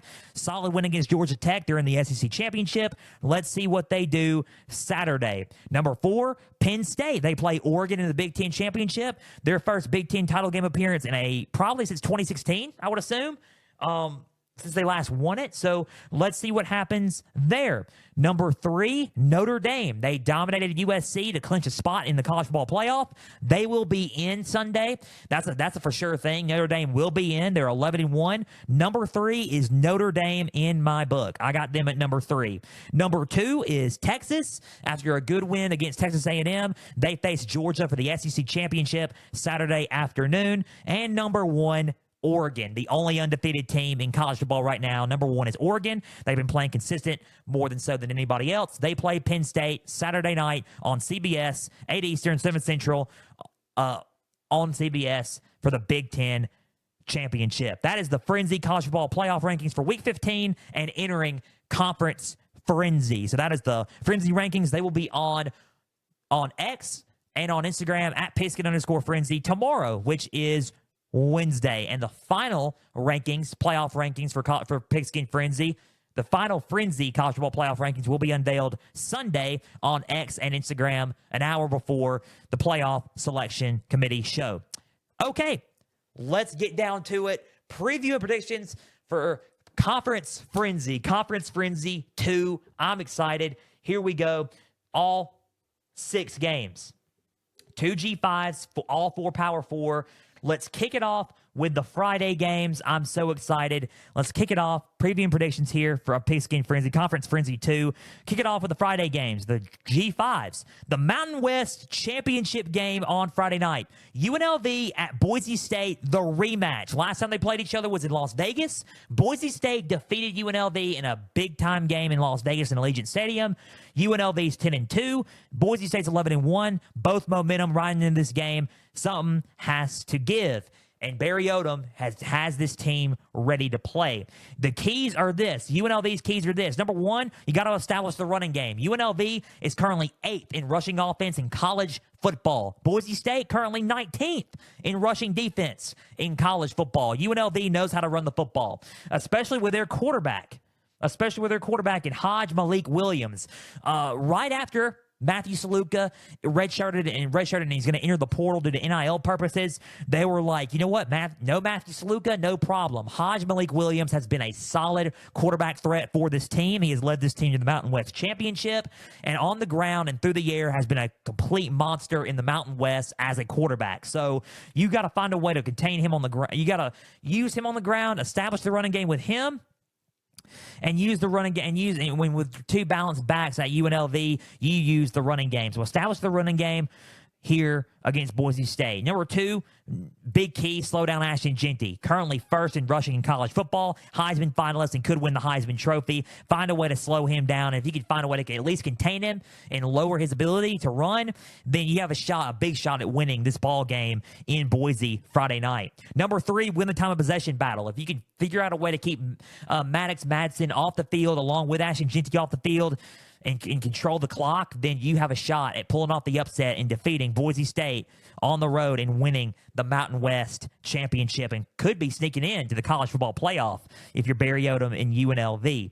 Those are UNLV's keys. Let's go with Boise State's keys really quick. Number 1, you got to feed Ashton Jeanty. If you can feed Ashton Jeanty, let him dominate on the ground, no problem. That's a huge win for you guys there. Number 2, slow down their running game. If you can slow them down on the ground and minimize them and capitalize on that by letting you unleash Ashton Jeanty all over the field, good game for Boise State there. And number 3, find a way to contain Hodge Malik Williams. He has been a force to be reckoned with in the Mountain West at quarterback. If you can find a way to limit him on the ground and through the air and can just kind of put some pressure on him, you have a shot at winning this ball game. I think this game's going to come down really to defense, and not only defense and time of possession. Honestly, defense and time of possession is what this game's going to come down to.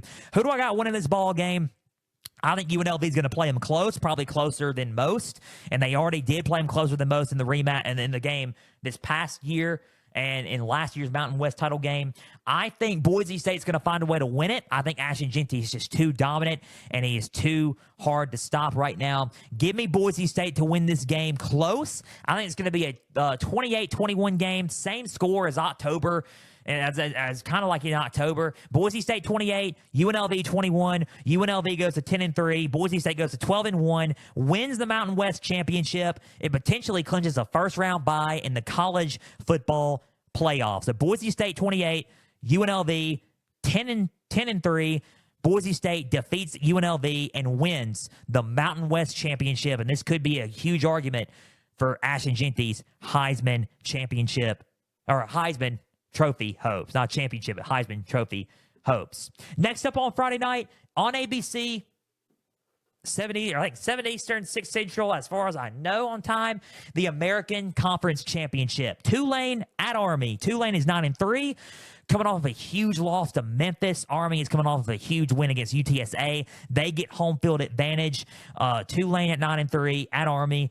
10-1. Something's got to give here. Two incredible teams. John Summerall leading this team to a American Conference Championship game.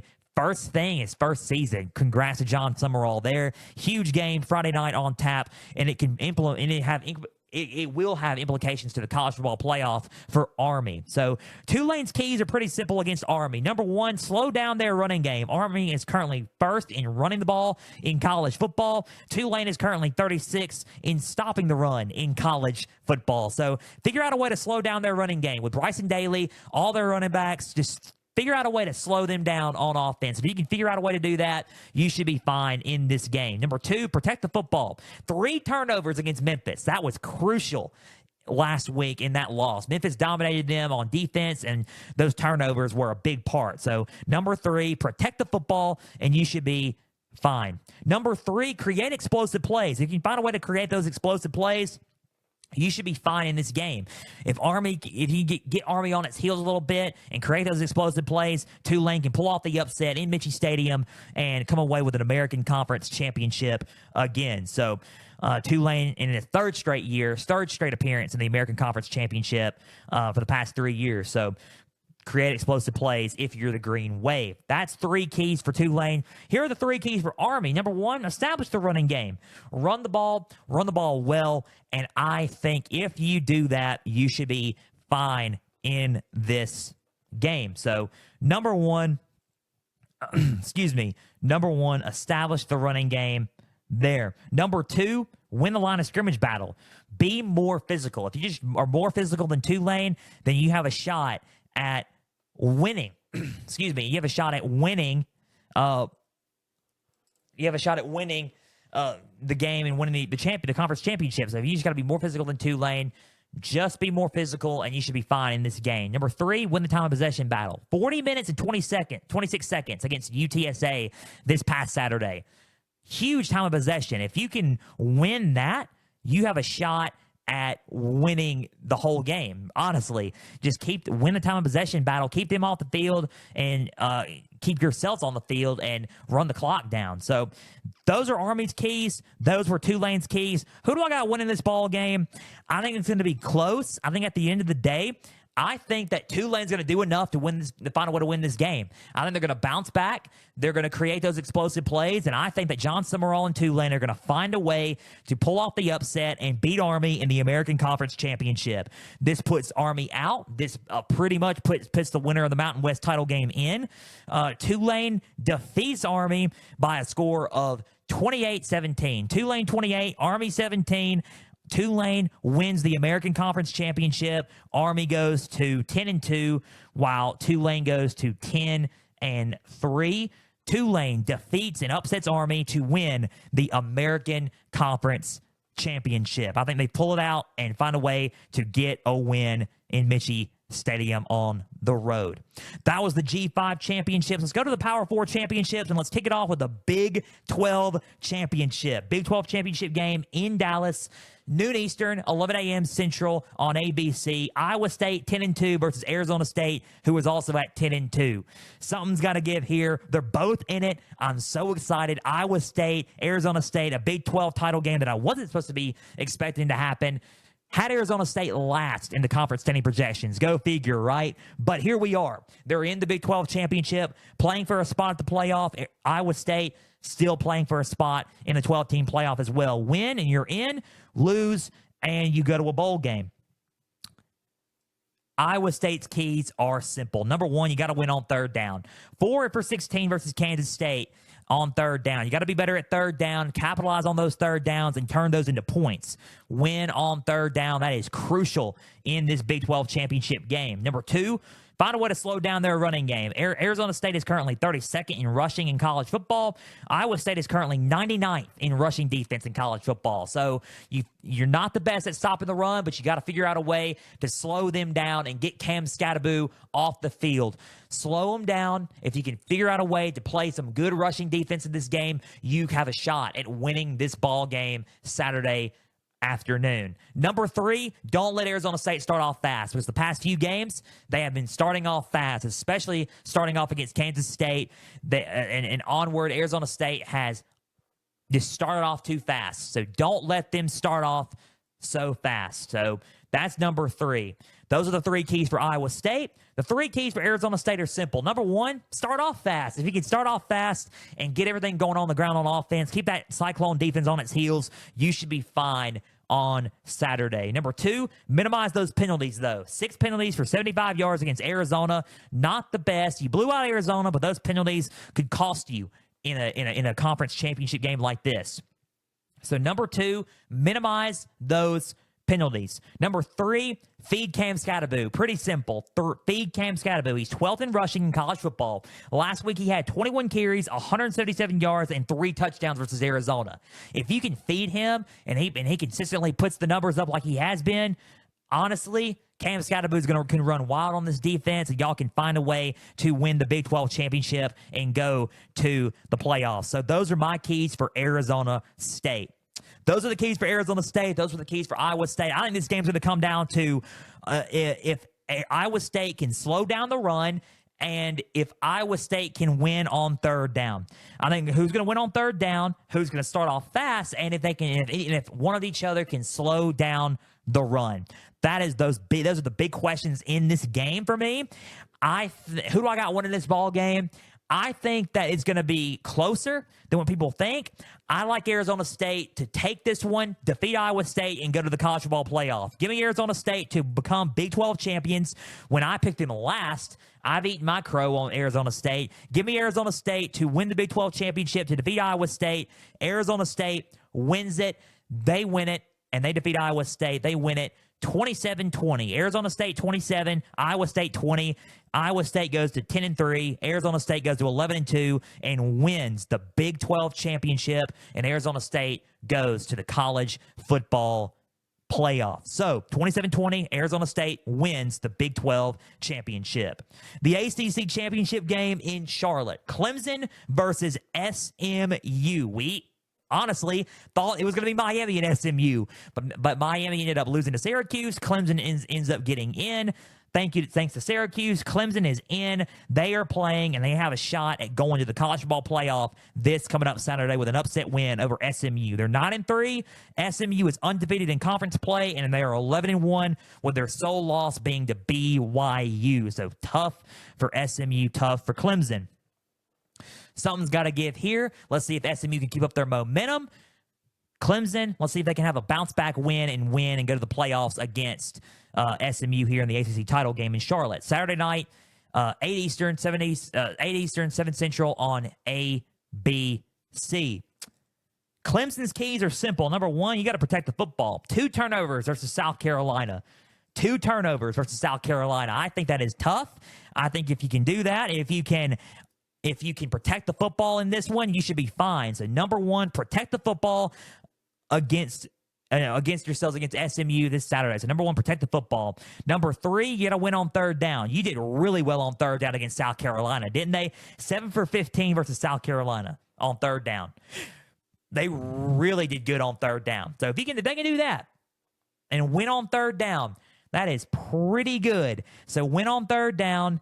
That should be good if you can capitalize on those 3rd down battles. Number 3, force as many 3 and outs as you can. If you can force as many 3 and outs as you can in this one and get SMU off the field and capitalize off that, you have a shot at winning this ACC championship. So those are the 3 keys for Clemson that I like, especially winning on 3rd down. I think if you win on 3rd down against this SMU defense, it is pretty solid, and you have a pretty solid and opportunistic chance to win the conference championship Saturday night. So those are the 3 keys for Clemson. Here are the SMU keys. Number 1, you got to minimize those penalties. It was insane the amount of penalties they had against Cal. They played sloppy against Cal, even though they blew them out 38-6. It was insane. 17 penalties for 137 yards versus Cal. 17 penalties for 137 yards versus Cal. You will lose this game if you do that Saturday. You cannot do that. You have to play better and play more disciplined football in this game. Number 1, minimize those penalties. That's a big key for SMU in this one. Number 2, slow down Cade Klubnik. 137 rushing yards and 3 touchdowns the past 3 games that Cade Klubnik's played. Against Pitt, Citadel, and South Carolina, he has had three rushing touchdowns on the ground and 137 rushing yards on the ground as well. Cade Klubnik has developed as a runner, it seems like. So you got to slow down Cade Klubnik. If you can find a way to slow him down, because I think they're going to run the ball with him a lot Saturday night, find a way to slow him down and not let him be a big impact with his feet. Make him throw the ball and pressure him into forcing some turnovers. And if you can do that, you have a shot at winning this ball game Saturday night. That is my take on that. Number 3, for SMU, force those turnovers. If you can force turnovers like you did the last part of the game, then you should be fine. Number 3, force turnovers, and you should be good in this game. Number 3, force those turnovers. Those are SMU's keys. That was Clemson's keys. Who do I got winning this ball game? Clemson's a solid football team. They're going to give it their all Saturday night. It's just when SMU does something wrong the week prior, they always find a way to correct it the week of in a big-time game and dominate. It's usually turnovers, and then the next week they dominate and they play clean football. This time it's penalties. I think they're going to slow down on the penalties, play a lot better in this game. I like them better than Clemson in this game. I got SMU winning the ACC championship. They're winning, is Rhett Lashley winning a second straight conference championship, this time an ACC championship. SMU wins 35-21. SMU 35, Clemson 21. It's going to be a 14-point win for SMU for me. I think they're going to outscore them late and get the win late and run away with it late. 35 SMU, Clemson 21, knocks Clemson out of the playoff. SMU goes to the playoff and wins the ACC championship. 35-21, SMU defeats Clemson in the ACC title game and gets into the college football playoff. Okay, 2 more. Big Ten championship time in Indianapolis. Penn State versus Oregon in Indianapolis. Penn State 11-1. Oregon is 12-0. Oregon clinched it a couple of weeks back against Wisconsin. Penn State clinched it last week after beating Maryland and Ohio State losing to Michigan. Penn State hadn't been in since 2016 since they won with Saquon Barkley and Trace McSorley. Oregon, their first ever year in the Big Ten, they make it to their conference championship game. First time in this season. I knew they were equipped to do it, but something's got to give here. Oregon is playing a solid offensive team. James Franklin could be motivated, but James Franklin in big-time games hasn't done his best. So let's see what happens here for both teams in Indianapolis. Penn State's keys are simple. Number 1, win the line of scrimmage battle and out-physical Oregon. It's going to be tough. Dan Lanning's a physical coach. Oregon's a physical football team. If you can out-physical them, though, on both sides of the ball on the line of scrimmage, you have a shot at winning this ball game. You have to out-physical them there. Number 2, create those explosive plays to get that Oregon Ducks defense on its heels. Drew Aller can create explosive plays. They've done it. It doesn't seem like they have done it against big-time games, but in this big-time environment, they're going to need to if they want that first-round bye in the college football playoff. So create those explosive plays if you're Drew Allard and this offense. And number 3, pressure Dylan Gabriel. Pressure him, create some sacks, force some turnovers, and let Oregon and get some spark within that defense and pressure Dylan Gabriel into making some mistakes. So those are the 3 keys if you're Penn State here, and those are the things that I would value if you're the Nittany Lions this coming up Saturday. Oregon's keys are simple. Number 1, win the line of scrimmage battle. If you can be physical and out-physical them, I think you got a huge shot at winning this game Saturday. And number 3, start off fast. If you can start off fast, keep that Nittany Lions defense on its heels and create explosive plays early by starting off fast, you have a shot at winning this game. And Penn State could be in trouble early. Number 3, get as many 3-and-outs as you can. This team is really, really good on third down. Penn State is really good on third down usually. They convert quite well on third down. But can they do it in a big-time game? Prove that they can't. Oregon's defense needs to come up big on third down. They need to win the third down battle on defense. Get them as many 3-and-outs as you can and capitalize on that and turn that into points if you're the Oregon Duck offense. So if you're Oregon, get as many 3-and-outs as you can in this game. I think this game's going to come down to who's more physical and who's going to create more explosive plays on offense in this ball game, especially on the ground. I think the ground advantage goes to Penn State because they got some solid backs with Katron Allen and Nicholas Singleton. However, when it comes to quarterbacks, I think that Drew Allard's good, but he's not Dylan Gabriel. Who's going to create explosive plays and who's going to be more physical than the other? Who do I got winning this ball game? I think those questions are going to be answered. I think Oregon wins a couple of those. I think they have the better quarterback. I think they're going to be more physical. While they don't have the better running backs, maybe, I think they had the better physicality and the better quarterback in this game. I think Oregon's going to do just enough to squeak by and get a win here and beat Penn State, and Penn State goes to 11-2. Oregon goes to 13-0. Oregon wins the Big Ten championship and gets the number 1 seed in the college football playoff. Oregon wins. They win the Big Ten title game. They win it 28-17. Oregon 28, Penn State 17.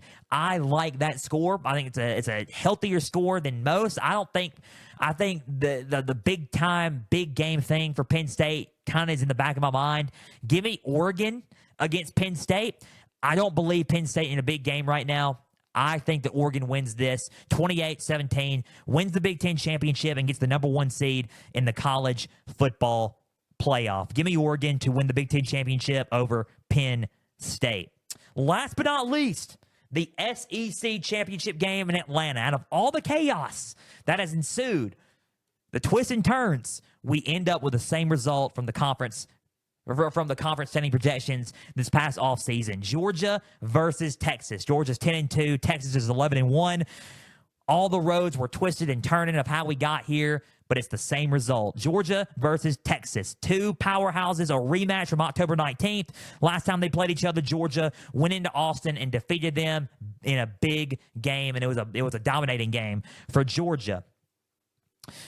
Can Texas rebound and get a convincing win against Georgia in the SEC championship? Or will Georgia prove me and everybody right that I picked them in the conference standing projections to win the whole thing? Can they win and defeat Texas in this one? Something's got to give. Can Texas win its first SEC championship and its first season in the conference? Let's see what happens in Atlanta. Georgia's keys are simple. Number 1, don't let them start off fast, because you let Georgia Tech start off fast. This is a team where you don't want to let them start off fast. If you let them start off fast, it's going to be tough for you guys. Don't let them start off fast in this one. That's number 1. Number 2, force turnovers. Quinn Ewers threw a pick 6. Get that, get those turnovers, capitalize off those turnovers, and turn those into points if you're the Georgia defense. Turn those into points, and you should be fine in this game. That's number 2 for Georgia. Number 3, win the line of scrimmage battle, man. If you can win the line of scrimmage battle against this team, be more physical than them like you were in October, you should be fine in this SEC championship contest Saturday. Those are Georgia's keys. Let's go to Texas's keys really quick. Number 1, win the line of scrimmage battle. You weren't as physical on October 19th. Win the line of scrimmage battle this time. Find a way to out-physical them in this game, and you have a strong shot at winning this game. Number 2, protect Quinn Ewers. Sacked 7 times against Georgia. He was sacked 7 times on October 19th in that game against Georgia. Georgia's going to look to capitalize on that again. Protect Quinn Ewers and block for him and let him make his throws and progressions, and he should be fine in this game. Number 3, protect the football. 2 turnovers, 1 pick 6, 1 fumble against Texas A&M. You cannot do that against a defense like Georgia, because when Georgia is in a championship-minded, atmosphere, Georgia comes to play. So protect the ball and don't let Georgia capitalize off of a turnover. So protect the football in this game if you are Texas. These are some huge keys in this game. I think this game is going to come down to questions here. Who's going to win the line of scrimmage battle? Can they protect Quinn Ewers, and can protect Carson Beck? And who's going to turn the ball over less? Who's going to turn the ball over less? Carson Beck's been prone to throw the football and turn the ball over. Quinn Ewers has been turning the ball over lately as well. So who's going to turn the ball? Who's going to protect the football more than the other? Those are some questions that are going to be answered this coming up Saturday on ABC, 4 Eastern, 3 Central. Who do I got winning this ball game? I picked Texas the first time they played against Georgia. I thought Georgia was falling off a little bit and Texas was going to win. I was so wrong about that. This game is crucial. I picked the conference standing projections were Georgia 1, Texas 2, with Georgia defeating Texas in the SEC championship game. That projection has not changed. I like Georgia winning this game. A lot of people think they're going to be crazy, but here's the thing. It was conflicting before I started this game, before I started this episode, but I realized Texas is good. Sark's good. It's hard to deny Texas, but it's really hard to deny Kirby Smart in a championship atmosphere. Everyone doubting him. I'm not doubting Georgia. It's hard to doubt Georgia. Give me the Dogs to win it. Give me the Dogs to win it. 24-14. Georgia 24, Texas 14. I like Georgia by 10. You're going to be surprised by that answer, but I like Georgia by 10. 24 Georgia, Texas 14. Georgia defeats Texas and wins the SEC championship, another SEC championship for Kirby Smart and company, and they go to the college football playoff in this game along with Texas. I think a 10-point loss for Texas will still be in based off their record. Georgia defeats Texas, and Georgia goes to the SEC championship and gets a bye in the college football playoff. That was the Conference Frenzy preview projections and all the games we're covering for Conference Frenzy for this weekend. We're out of time, but big thank you for taking some time out of your Tuesday to just sit back, watch, and listen to some college football coverage presented by me. Now, if you're watching on YouTube, subscribe to the channel, like each episode, leave comments down below. Spotify, Podbean, and Apple. All you got to do is just share around with others and follow on there as well. X, Instagram, and Facebook. Just type in Pigskin Frenzy. Follow like the pages there. You're going to get episode updates. You're going to get news and highlights from across college and NFL football. You're going to get trivia questions on Instagram stories. Go and answer today's college football question as well as all things to date for Pigskin Frenzy. Just X and Instagram at Pigskin_Frenzy. The website, www.pigskinfrenzy.weebly.com. Big thank you for all things up to date for Pigskin Frenzy on that. Big thank you for taking some time out of your Tuesday to just listen to some college football coverage and some Conference Frenzy coverage presented by me. We will be back Thursday to recap Week 13 of the NFL season and preview and predict the top matchups for Week 14 of the NFL season. Recap those Thanksgiving games, see who's in and who's out with the Pigskin Frenzy NFL injury report as well. So you're not going to want to miss Thursday's edition, NFL edition of Pigskin Frenzy on Thursday. Until Pigskin Frenzy NFL edition on Thursday, I'm Joel Norris signing off. We will see you Thursday. May the Lord be with you all. I'm praying for you all. Thank you for tuning in. Thank you for listening. For everybody out there, please and always stay the course.